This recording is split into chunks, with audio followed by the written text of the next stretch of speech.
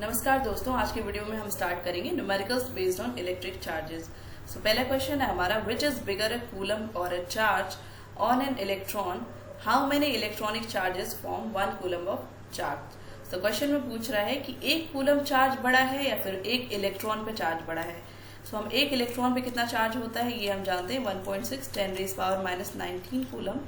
और पूछा है क्वेश्चन में एक कूलम बड़ा है या फिर एक इलेक्ट्रॉन पे जो चार्ज है वो बड़ा है। तो ऑब्वियसली अगर हम इन दोनों को कंपेयर करेंगे तो 1 coulomb charge is bigger than charge on an electron, क्योंकि एक इलेक्ट्रॉन पे जो चार्ज है 1 कूलम से 10⁻⁻19 टाइम्स छोटा है। सो 1 coulomb is a bigger charge. Next इसी क्वेश्चन का पार्ट है, उसमें पूछा है how many electronic charges form 1 coulomb charge. कह रहा है कि एक कूलम चार्ज कितने इलेक्ट्रॉन्स पे चार्ज से मिलके बनेगा, यानी कि एक इलेक्ट्रॉन पे जो चार्ज है वो हमें पता है 1.6 10⁻⁻19 कूलम है। सो ऐसे कितने चार्जेस से मिलकर के 1 कूलम चार्ज बनेगा। सो हम जानते हैं Q is equal to NE, this is quantization of charge. यहाँ पर ये Q टोटल चार्ज है, इसकी जगह पे हम 1 कूलम रख रहे हैं, और N है नंबर ऑफ इलेक्ट्रॉन्स। एक इलेक्ट्रॉन पे चार्ज हम रख रहे हैं 1.6 10⁻⁻19 कूलम। यहाँ से n की वैल्यू क्या आ जाएगी, 1 coulomb by 1.6 10⁻⁻19 coulomb, which will come out to be 6.25 10⁻18। So n की वैल्यू इतनी आई, इसका मतलब है इतने इलेक्ट्रॉन्स पे चार्ज मिलकर के 1 कूलम चार्ज बनाएगा।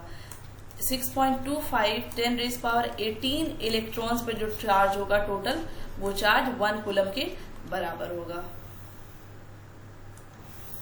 नेक्स्ट क्वेश्चन है, a comb drawn through persons hair on a dry day causes 10⁻22 electrons to leave the person hair and stick to the comb. Calculate the charge carried by the comb. So एक person के hair को comb करते हैं तो 10⁻22 electron person के hair से निकल करके कॉम्ब को ट्रांसफर हो जाते हैं बिकॉज ऑफ फ्रिक्शन। कि फ्रिक्शन की वजह से जब हम कॉम्ब को हेयर से रब करेंगे तो कॉम्ब पे हेयर से 10⁻22 इलेक्ट्रॉन्स ट्रांसफर हो रहे हैं। क्वेश्चन में पूछ रहा है कि ये सारे इलेक्ट्रॉन्स मिला करके कितने अमाउंट का चार्ज बनेगा। Calculate the charge carried by the comb. यहाँ पर भी हम क्वांटाइजेशन ऑफ चार्ज लगाएंगे। Q is equal to NE। Q हमें निकालना है टोटल चार्ज, N यहाँ पर क्वेश्चन में दे रखा है number of electrons transferred, that is 10⁻22, और एक इलेक्ट्रॉन पर चार्ज हमने लिखा 1.6 10⁻⁻19 coulomb. So Q is equal to 1.6 10⁻3 coulomb. क्योंकि इलेक्ट्रॉन्स ट्रांसफर हुए हैं कॉम्ब को, सो कॉम्ब के पास एक्सेस ऑफ इलेक्ट्रॉन्स हैं, तो इस पर नेगेटिव चार्जेस आएंगे। सो ये टोटल चार्ज जो हमने निकाला है ये कैसा चार्ज होगा, नेगेटिव चार्ज। नेक्स्ट क्वेश्चन है हमारा, ये एनसीईआरटी का क्वेश्चन है, if a body gives out 10⁻9 electrons every second, how much time is required to get a total charge of 1 coulomb from it. So question कहता है कि अगर किसी बॉडी से 10⁻9 इलेक्ट्रॉन्स हर सेकेंड निकलते हैं, यानी एक सेकेंड में इतने इलेक्ट्रॉन्स किसी बॉडी से अगर निकल रहे हैं, तो उस बॉडी से टोटल 1 कूलम चार्ज निकलने में कितना टाइम लगेगा। सो फिर से एक बार क्वेश्चन देखते हैं कि अगर 10⁻9 इलेक्ट्रॉन्स एक सेकेंड में निकलते हैं किसी बॉडी से, तो वो सारे इलेक्ट्रॉन्स मिलकर के 1 कूलम चार्ज बनाने में कितना टाइम लेंगे। सो क्वेश्चन को प्रोसीड करते हैं, इसको स्टेटमेंट में लिखेंगे हम। So number of electrons given out by the body in 1 second is equal to 10⁻9। ये जो क्वेश्चन में इंफॉर्मेशन दी थी इसको हमने स्टेटमेंट फॉर्म में लिख दिया है। ये इतने चार्जेस, इतने इलेक्ट्रॉन्स मिलकर के कितने चार्जेस बनाएंगे। Charge given out by the body in 1 second is equal to Q is equal to NE, और n की वैल्यू यहाँ पर 10⁻9 है, और एक चार्ज की वैल्यू होती है 1.6 10⁻⁻19 कूलम। सो ये टोटल चार्ज बनेगा 1.6 10⁻⁻10 कूलम, यानी कि हम कह सकते हैं एक सेकेंड में उस बॉडी से 1.6 10 रेज पावर -10 कूलम चार्ज निकल रहा है। तो क्वेश्चन में पूछ रहा है कि पूरा 1 कूलम चार्ज निकलने में कितना टाइम लगेगा। नेक्स्ट फिर से हमने वही इसी दिए गए इन्फॉर्मेशन को स्टेटमेंट फॉर्म में लिखा कि time required to get a charge of 1.6 10 raise power -10 coulomb is equal to 1 second, यानी कि 1 सेकेंड में इतने चार्ज बॉडी से निकल रहे हैं। सो अगर हमें टोटल 1 कूलम चार्ज निकालना है तो उसके लिए कितना टाइम चाहिए होगा। So time required to get a charge of 1 coulomb is equal to, यहाँ पे हमने अगर 1 से इसको मल्टीप्लाई कर दिया तो 1 को यहीं रखा और बाकी क्वांटिटी को इधर भेज दिया। सो हमें टाइम मिल जाएगा 1 second divided by 1.6 10 raise power -10। इसकी वैल्यू आएगी 6.25 10 raise power 6.25 10 raise power 9 second. So इसका मतलब है कि एक बॉडी से जिससे कि 10 रेज पावर 22 इलेक्ट्रॉन्स हर सेकेंड निकल रहे हैं, तो उस बॉडी से टोटल 1 कूलम चार्ज निकलने में टोटल 6.25 10 रेज पावर 9 सेकेंड्स लग जाएंगे। अगर हम इस सेकेंड्स को ईयर में कन्वर्ट करें तो वैल्यू क्या होगी। इसके लिए हमने 6.25 इंटू 10 रेज पावर 9 को डिवाइड कर दिया 365 डेज 24 आवर्स एंड 3600 सेकेंड्स। सो हमें ये ईयर में मिल जाएगा और इसकी वैल्यू निकल करके आएगी अराउंड 200 ईयर्स। इसका मतलब है किसी बॉडी से अगर 10 रेज पावर 22 इलेक्ट्रॉन्स हर सेकेंड निकल रहे हैं तो उस बॉडी से टोटल 1 कूलम चार्ज निकलने में 2 साल लग जाएंगे। अगर हम इसको ध्यान से देखें तो यहां से हम अंदाजा लगा सकते हैं कि 1 कूलम चार्ज कितना बड़ा अमाउंट है चार्ज का, कि 1 कूलम चार्ज निकलने के लिए किसी बॉडी से 200 साल लग जा रहे हैं अगर उसी बॉडी से हर सेकेंड 10 रेज पावर 22 इलेक्ट्रॉन्स निकल रहे हैं। सो 1 coulomb is a very big charge. Next एक बहुत ही अच्छा क्वेश्चन है, ये एनसीईआरटी का क्वेश्चन है। How much positive and negative charge is there in a cup of water. Generally 1 cup water का मास हम 250 ग्राम लेकर के चलते हैं, यानी कि हम मानते हैं 1 कप की कैपेसिटी 250 ग्राम है। सो क्वेश्चन में दे रखा है कि कप में वाटर है, तो हमने माना कि 1 कप में 250 ग्राम ऑफ वाटर का मास कंटेन है। 250 gram of water is contained in a cup. So we very well know that the molecular mass of water is 18 gram. इसका मतलब है कि 18 ग्राम ऑफ वाटर में कितने वाटर मॉलिक्यूल्स होंगे। Avogadro number of water molecules, जो कि ये नंबर है, ये है अवोगाद्रो नंबर। मतलब 18 ग्राम पानी के क्वांटिटी में 6.023 10 रेज पावर 23 वाटर मॉलिक्यूल्स पाए जाते हैं। अब क्योंकि हमें इस कप में जितना पानी है, जो कि 250 ग्राम पानी है, इसमें कितने नेगेटिव और पॉजिटिव चार्जेस हैं ये पता करना है। तो नेगेटिव पॉजिटिव चार्जेस पता करने के लिए हमें इसमें नंबर ऑफ मॉलिक्यूल्स पता करने पड़ेंगे कि कितने वाटर के मॉलिक्यूल्स हैं, फिर हम चार्जेस भी पता कर लेंगे। सो हमने देखा कि 18 ग्राम ऑफ वाटर में Avogadro number of water molecules पाए जाते हैं। सो अगर हम 250 ग्राम ऑफ वाटर में देखें तो कितने वाटर मॉलिक्यूल्स पाए जाएंगे। इस स्टेटमेंट से हम लिख सकते हैं कि 1 ग्राम ऑफ वाटर में 6.023 10 raise power 23 by 18 water molecules होते हैं। सो 250 ग्राम ऑफ वाटर में कितने वाटर मॉलिक्यूल्स होंगे। 6.023 10 रेज पावर 23 बाई 18 इंटू 250। इतने H2O के मॉलिक्यूल्स 1 कप पानी में मिलेंगे, जो कि यहाँ पर N की वैल्यू है। This is the number of molecule which come out to be 8.36 10 raise power 24। अब हमें पता है कि हर एक वाटर मॉलिक्यूल में 2 हाइड्रोजन एटम है और 1 ऑक्सीजन एटम है। 2 हाइड्रोजन प्लस 1 ऑक्सीजन एटम। और 1 हाइड्रोजन एटम में कितने नंबर ऑफ इलेक्ट्रॉन्स या प्रोटॉन होते हैं। 1 electron and 1 proton. So 1 hydrogen atom में 1 इलेक्ट्रॉन और यहाँ पर 2 हाइड्रोजन एटम है। सो 2 इंटू 1 2 इलेक्ट्रॉन्स हो गए, प्लस एक ऑक्सीजन एटम में 8 electrons. So total number of electrons या फिर टोटल नंबर ऑफ पॉजिटिव या negative charges in one H2O molecule is 2 + 8 10। सो 10 इलेक्ट्रॉन्स। एक वाटर मॉलिक्यूल में 10 इलेक्ट्रॉन्स या 10 प्रोटॉन्स पाए जाते हैं। सो n is equals to 8.36 10⁻24 molecules में कितने इलेक्ट्रॉन्स या प्रोटॉन्स पाए जाएंगे? इतने water molecules multiplied by 10। So this is the number of positive या negative charge. So we can say that the total negative charge or the total positive charge carried by a cup of water is equals to Q is equals to NE.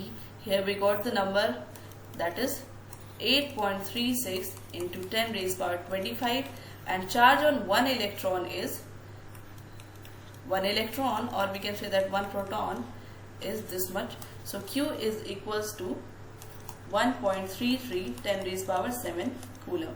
सो एक cup पानी में, जो कि 250 ग्राम पानी है, उसमें इतना total positive या फिर नेगेटिव चार्ज होगा। Next question is calculate the charge carried bye 12.5 electrons. Here number of electron is given, that is 12.5 10⁸ electrons. और हमसे पूछा है कि इतने इलेक्ट्रॉन्स में कितने चार्जेस होंगे। So we know that Q is equal to NE। यहाँ पर N की वैल्यू हमने रखना और एक इलेक्ट्रॉन पे चार्ज हमने रखा। So Q will be 2 × 10⁻−10 coulomb. Next question है, how many electrons would have to be removed from a copper penny to leave it with a positive charge of 10⁻−7 coulomb. एक copper का सिक्का है, उसपे से कितने इलेक्ट्रॉन्स को रिमूव करना होगा कि इस कॉपर के सिक्के पर टोटल पॉजिटिव चार्ज जो आ जाए उसकी वैल्यू कितनी हो? 10⁻7 coulomb. So Q is equals to NE। Question में N पूछा है और Q की वैल्यू दे रखा है 10⁻7 और E की वैल्यू हमें पता है 1.6 10⁻−19 कूलम। सो N की वैल्यू यहां से आ जाएगी Q/E। Q की जगह हमने रखा 10⁻7 और E की जगह 1.6 10⁻19 कूलम। सो N की वैल्यू यहां से आ जाएगी 6.25 10⁻11 इलेक्ट्रॉन्स। सो एक कॉपर के सिक्के से हमें इतने इलेक्ट्रॉन्स निकालने होंगे, फिर उस पर इतने पॉजिटिव चार्ज आ जाएंगे। नेक्स्ट क्वेश्चन है, calculate the charge on an alpha particle. Given charge on proton is this much. So alpha particle क्या है? Alpha particle is a doubly charged helium ion,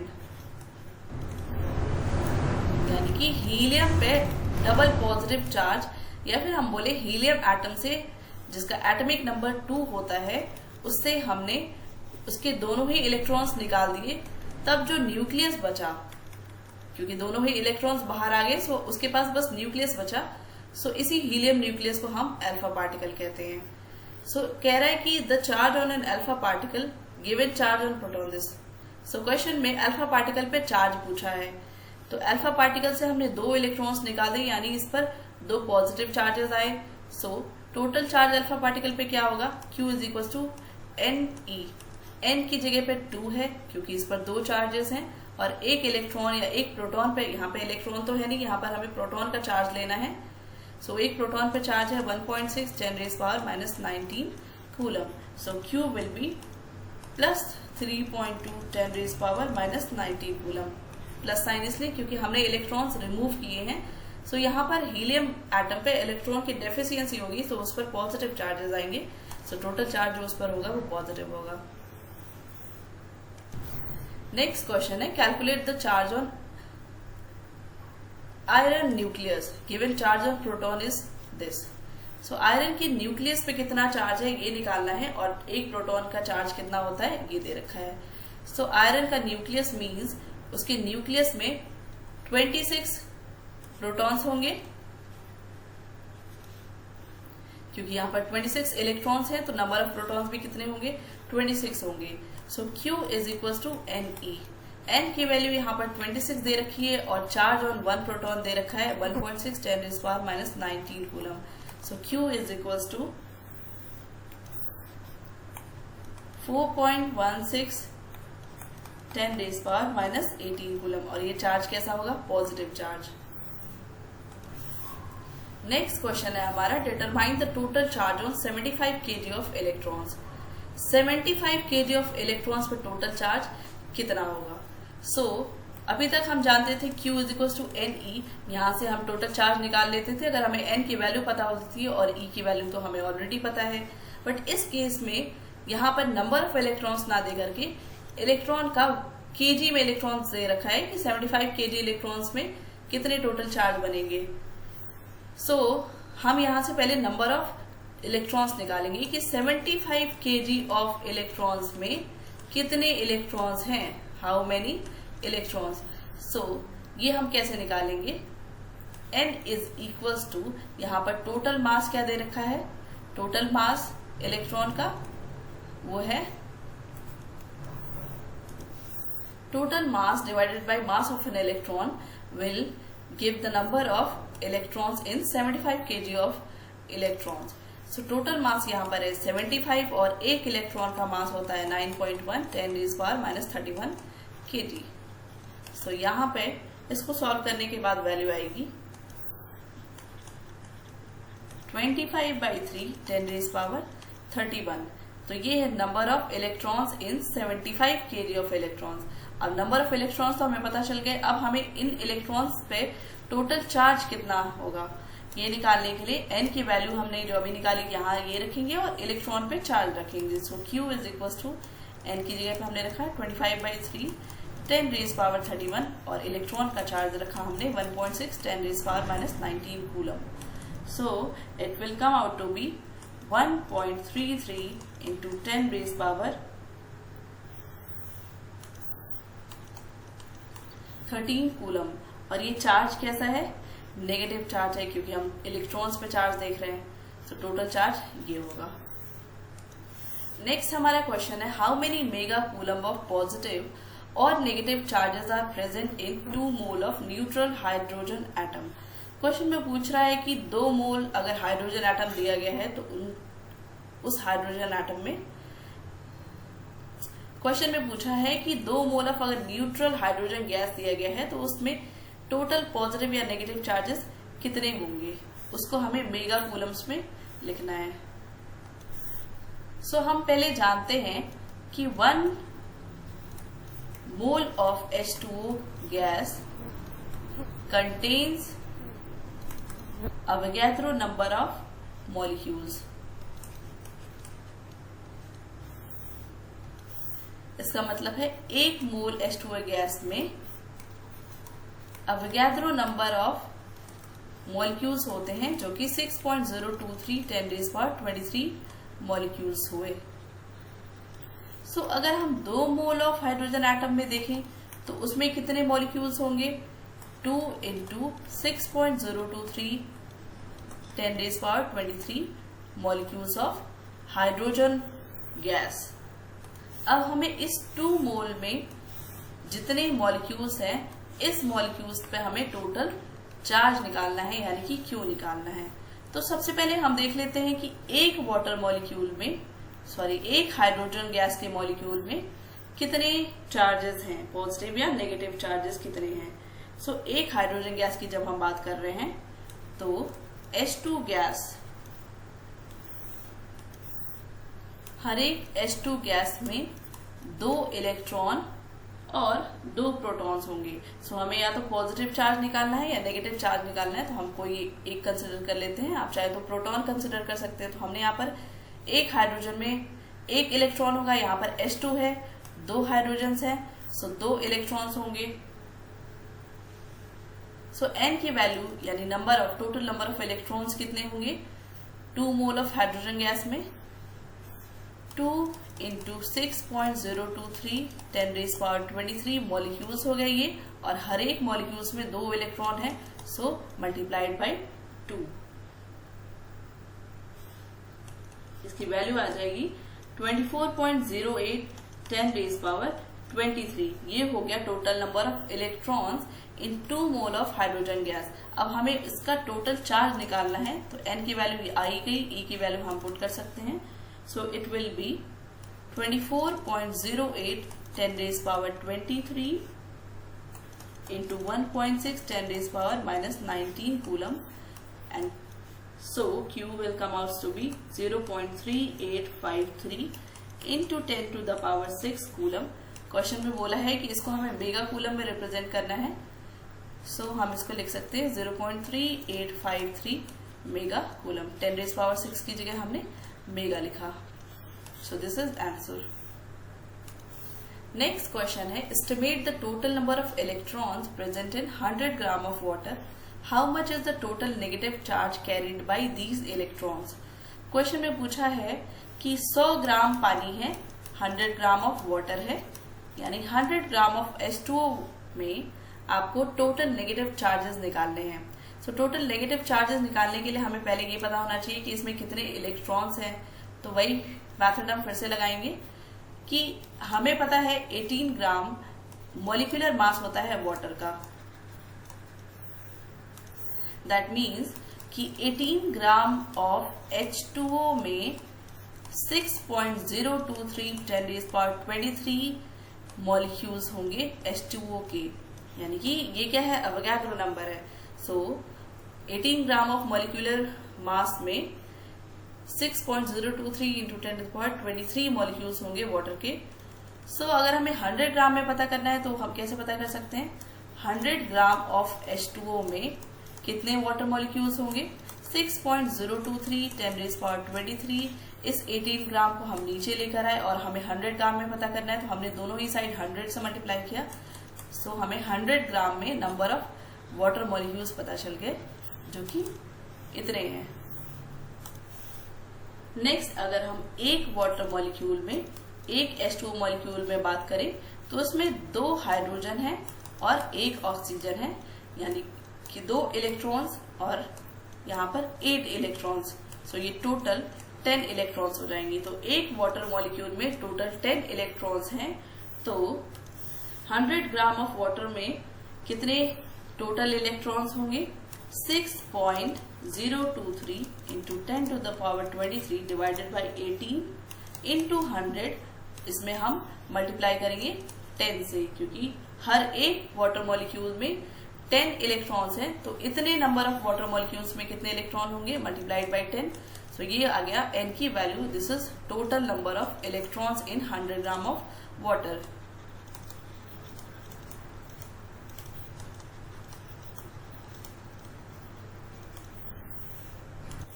इसको जब हम सॉल्व करेंगे तो n की वैल्यू आ जाएगी, इसको सिंप्लीफाई करने के बाद 0.3346 इंटू 10 टू द पावर 26। ये हो गई n की वैल्यू और हमें टोटल चार्ज निकालना है 100 ग्राम ऑफ वाटर में। So Q is equal to Ne will be 0.3346 10 raise power 26 into 1.6 10 raise power minus 19 coulomb. So Q की वैल्यू आ जाएगी 5.35 10 raise power 6 coulomb. So 100 gram of water molecule में total इतने charge होंगे।